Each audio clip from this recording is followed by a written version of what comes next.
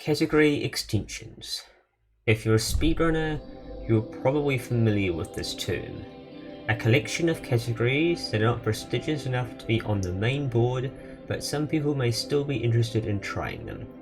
There are ones that are pure memes and absolute wastes of time.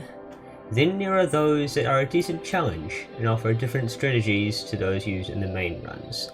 And then we have the perfect ones, the diamonds in the rough. The categories that should be on the main board but don't have enough support. So let's take a look at this one, 118% for Skylanders Spyro's Adventure, and how it's changed over the roughly 1.5 years since I created it.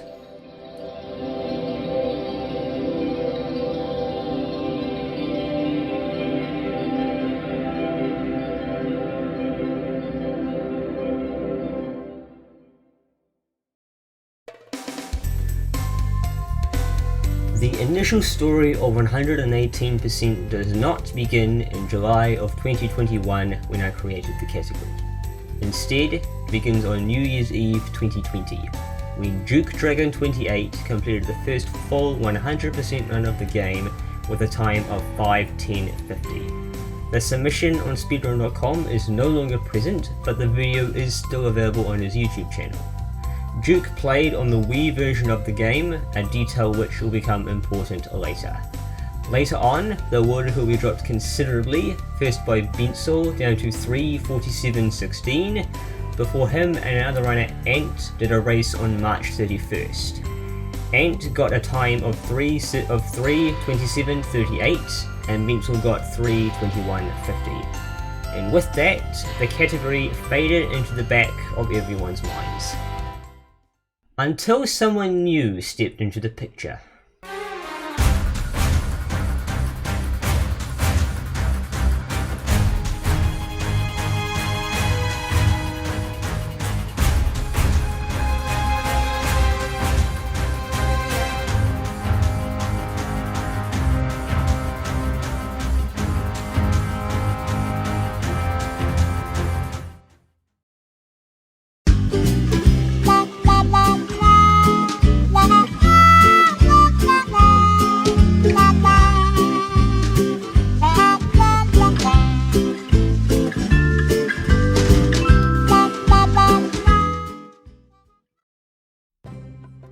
Now, before I go any further, I should explain how the leaderboards are set up regarding to the game versions.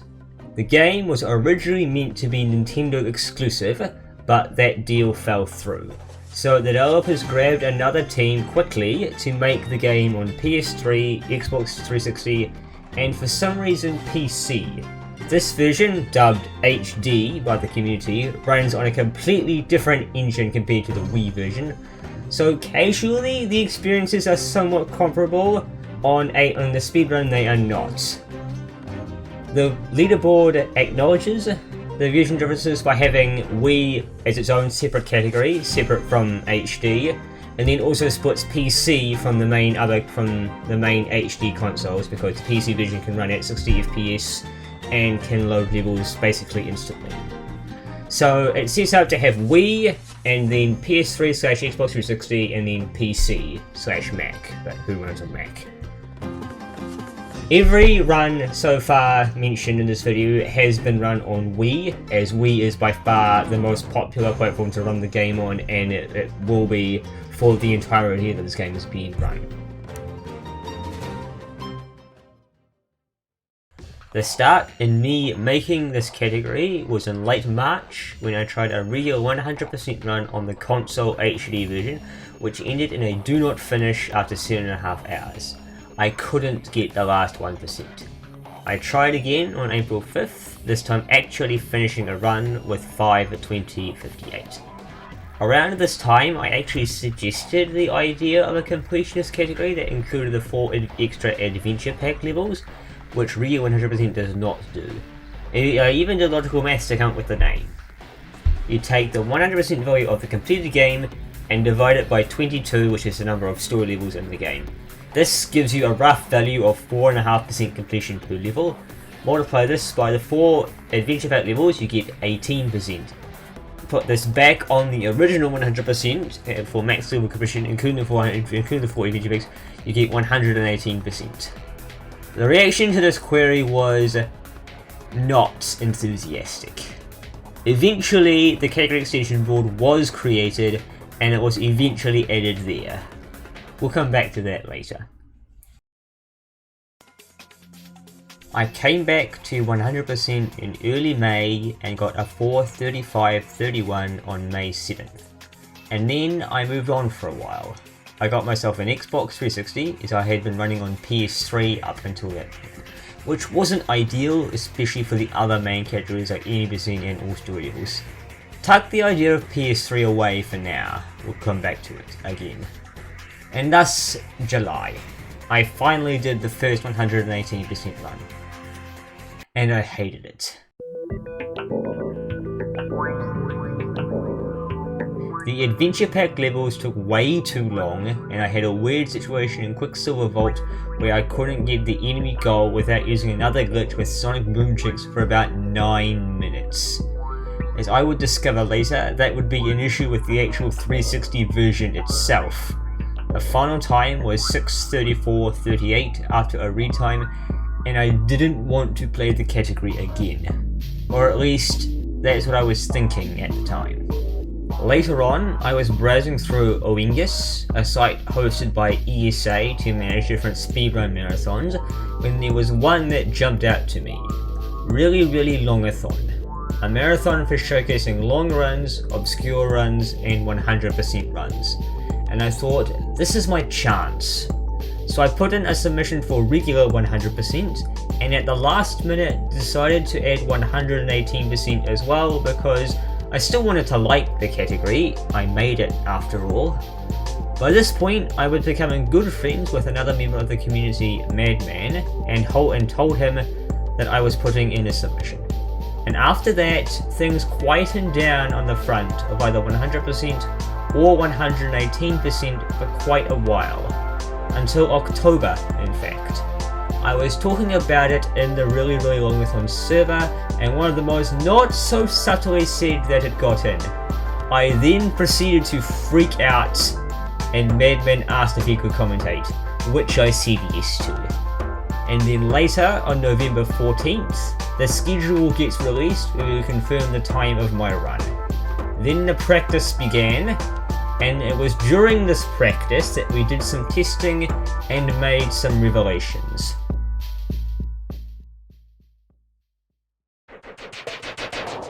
Firstly, the Quicksilver Vault enemy goal. You remember that? The one where I had to use Sonic Boom to summon tricks for 9 painful minutes? Yeah, turns out that was a developer error that caused it to break. So, we counted. On average, Sonic Boom can summon about 48 chicks per minute. When the chick dies, it counts as an enemy, hence needing to use the glitch for getting an enemy goal. Multiply that by 9 minutes, you get 432.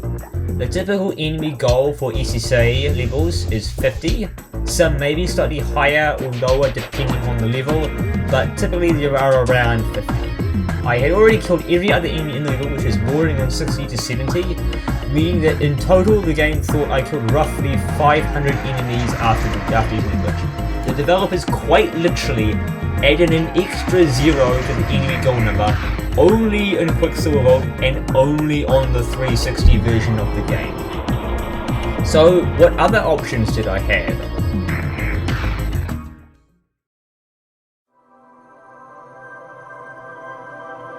So with different versions of games, there's multiple levels of these variations that can make a smaller or larger impact depending on the situation. In this aspect, there are 4 levels. If a game is on multiple consoles, the question of which one is more viable is going to be brought up eventually. In some cases, it's obvious which one is superior. Others have a fainter line, but one will still be slightly faster, and in some cases different categories are optimal on different consoles. With Spyro's Adventure, the original belief was that 360 was superior to PS3 in every category. but with the discovery of the Quicksilver Vault bug on the 360 version, it made me do some more thinking. The main reason that PS3 was considered inferior to 360 was due to it having slower loads, and it crashed more often due to the differences in memory. Both consoles had 512 MB of RAM total, but the PS3 has it split half and half, 256 MB for the CPU and 256 MB for the RSX, which is the console's GPU. The 360 has a unified pool for both its CPU and GPU, so more efficient memory use was possible on 360. That aside, PS3 loads across the run are roughly 3 minutes slower than 360 in total, and you can avoid the game crashing by quitting out to the XMB, which is the PS3 menu, and then re-entering. Loses time? Yes, but loses less time than Quicksilver Vault on 360 does. So theoretically, PS3 was faster for 100% and 118% because of this bug, and the all story levels and any percent categories remain better on 360 due to faster loads and less crashing.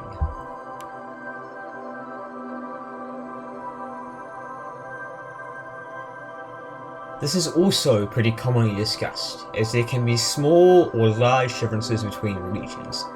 Typically one reigns supreme in this category, but there can be some exceptions, like one region is good on one console while another region is good on another. On 360, both NTSC and PAL are basically the same, apart from PAL having more languages than NTSC.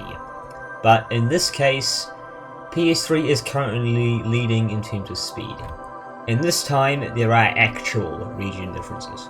PAL was what I was originally running on, and I now know that it is the worst version to play on. It is incredibly laggy and unstable to the point that you need to do an extra XMB quit on PAL compared to NTSC. NTSC is a lot better than PAL in terms of stability and general playing experience, but unfortunately there is a small case of the enemy gold glitch in Empire of Ice. It's not as massive as the one in Quicksilver Vault on 360, but it is still annoying. But then I remember that there was a special version of the game released for Wii, Wii U, and PS3. Japan. Well, it turns out the Japanese version is perfect. The enemy goal is not an issue on Empire of Ice, and since it's still an NTSC version, it has the same stability as the North American version. NTSC-U is still very competitive with the Japanese version, NTSC-J, but just that NTSC-J is ever so slightly faster.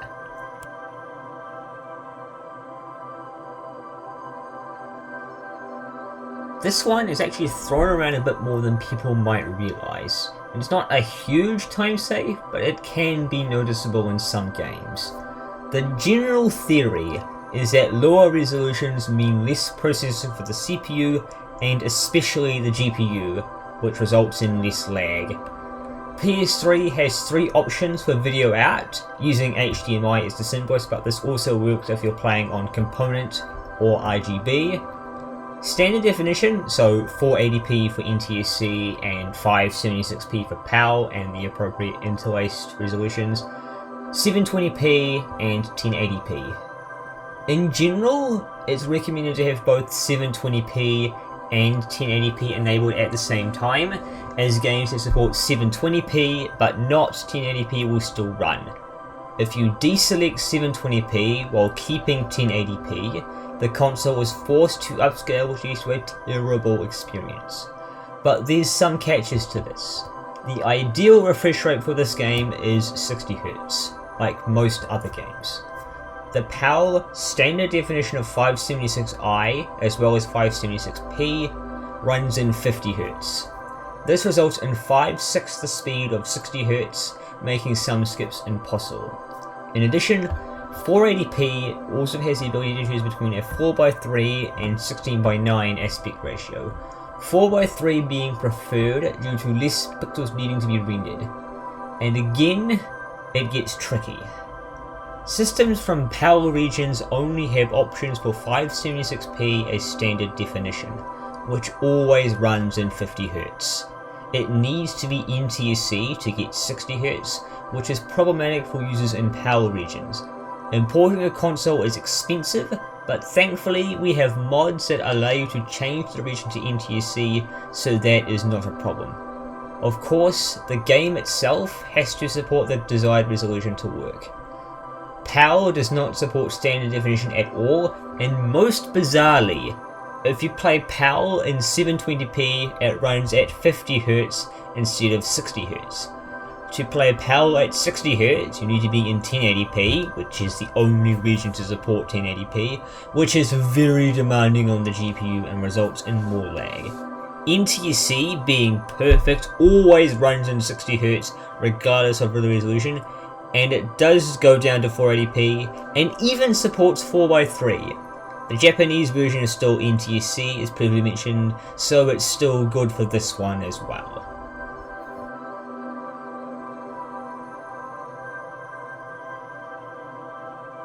And now we have reached a point where nobody else thinks to look.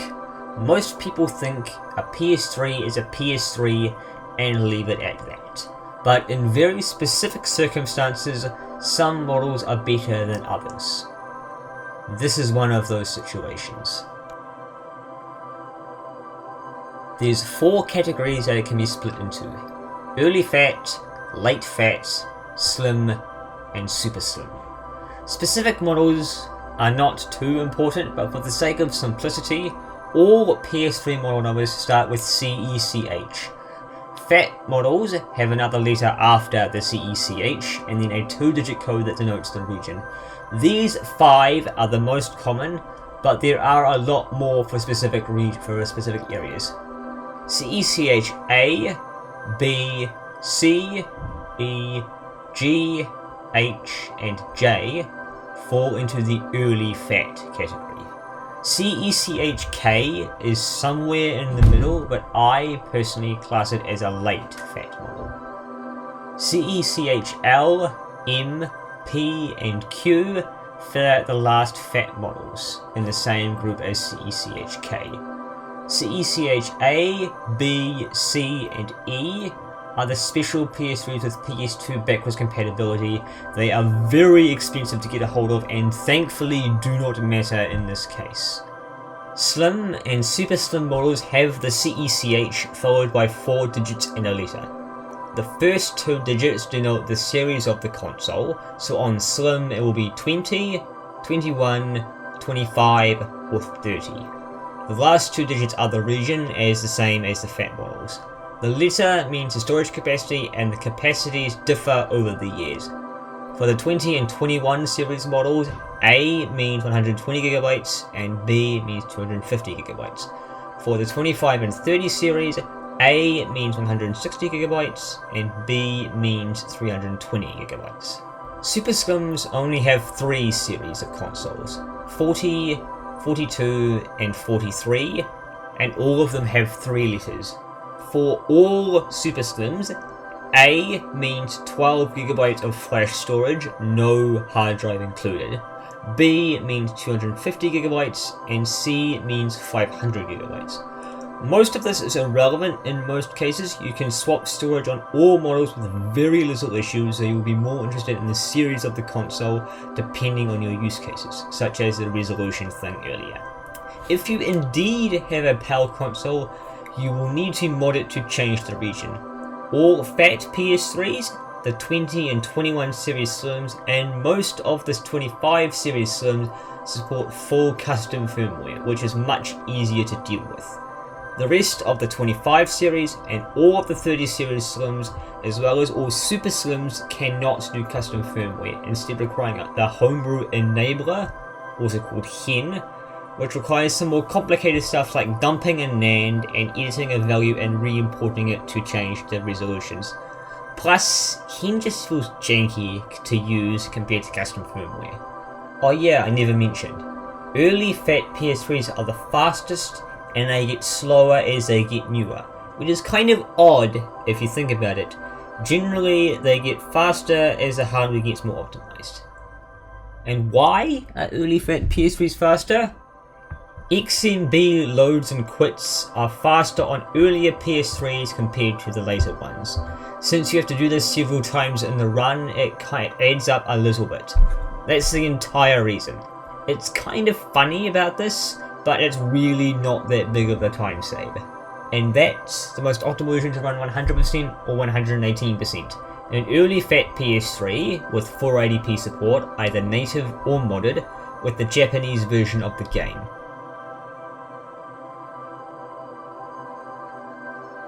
Rather than describing each run with the new hardware as I go, here are all the world records in succession with the hardware used included.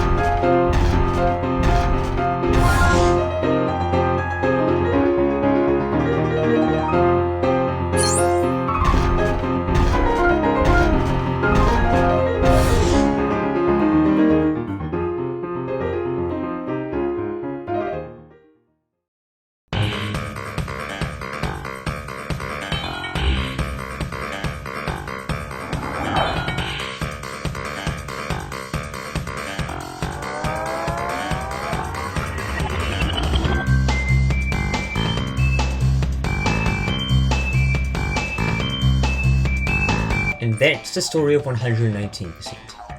How it started from the idea of wanting to do something more than 100%, how I found the optimal hardware, and how I pushed the time down even lower. The current world record for the category is 4:36:23, which is less than a minute slower than my original 100% world record that I considered good, the 4:35:31, which for some reason is my most viewed video on my speedrun video channel. Of course, now regular 100% is at 3:38:05, so it's not like it's that good anymore. This entire video has been about the console HD version, but since this board is split into the different categories, how have they fared? Well, Wii has a grand total of 1 run. Yens56 achieved a 625 flat on July 26th, which, due to the way they did the routing, has the adventure packs at the end, meaning they submitted to regular 100% as well, which was a 5:01:41. PC has nothing in either 100% or 118%, and despite me having a PC version of the game myself, I have no interest in playing it. So I guess the only version with actual runs is the console HD version, so who knows what's going to happen. And actually, while writing the script, I realised even more what a gem of a category I made. At first glance, you might think it's similar to games like Spyro 1 and Spyro 3, as well as Crash Bandicoot 3, having a percentage higher than 100%. The difference between 118% for Spyro's Adventure and 120%, 117%, and 105% for the other games respectively, is that those are the definitive completion percentages of the game. There's no real 100% for any of them except for Spyro 1, I guess, but with that one you just don't play Gnasty's loot. Realistically, Spyro's Adventure can have a 100% category, which it does, and a max percent category, which would involve all story levels 100%, the 4 adventure packs 100%, and all heroic challenges done, and probably all 10 winged sapphires around the hub world as well.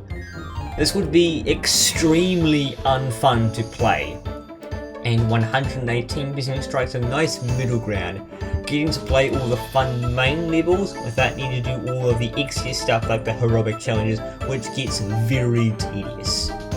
Hence why I believe this is the best example of a completionist category.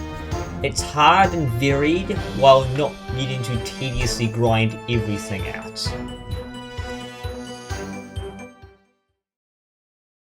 So that's my video on 118%. I am aware that a lot of it is biased towards me, but I had fun.